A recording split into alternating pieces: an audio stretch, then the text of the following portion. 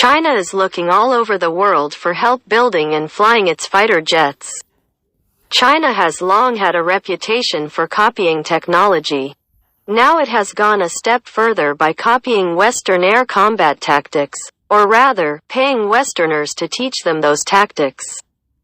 China has recruited former pilots from NATO militaries to train its flyers, allowing the Chinese Air Force not only to take advantage of Western experience and replace rigid Soviet-style doctrine with more flexible Western methods, but also giving it insight into how potential enemies would fight. In February, German newspaper Der Spiegel reported that former German fighter pilots had gone to China, where they appeared to have worked as trainers in exchange for salaries that would normally be reserved for professional athletes or top executives.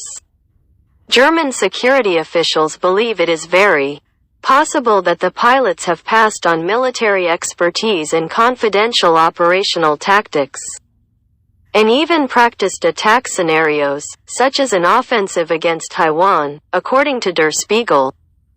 The German report came just a few months after reports that as many as 30 former British military pilots had been hired to go to China and were paid as much as $270,000.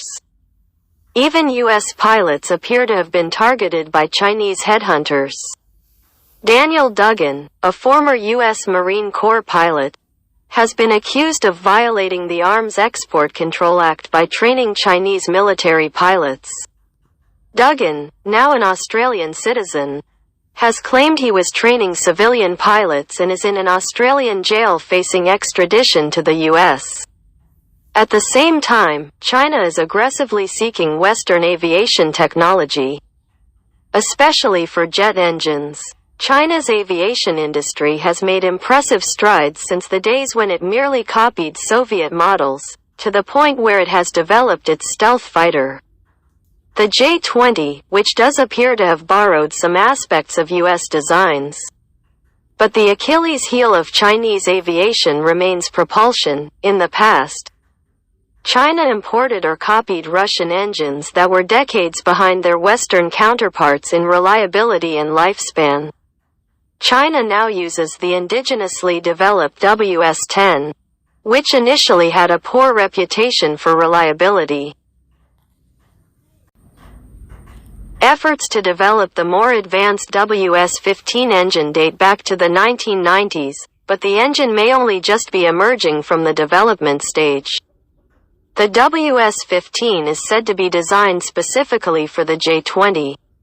In addition to trying to develop an engine that meets the thrust-to-weight requirements of fifth-generation aircraft, Chinese aerospace engineers are struggling to achieve meaningful reliability, according to a report published by the Center for Strategic and International Studies, a U.S. think tank, in March.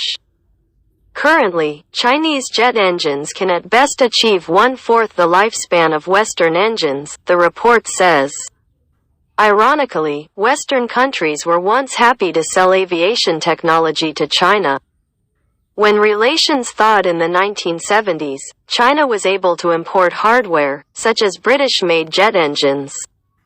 But the Tiananmen Square massacre in 1989 prompted Western sanctions that halted much of that trade. To manufacture engines, China still needs to import complex machine tools, including equipment made in Germany, Japan, Italy, and South Korea.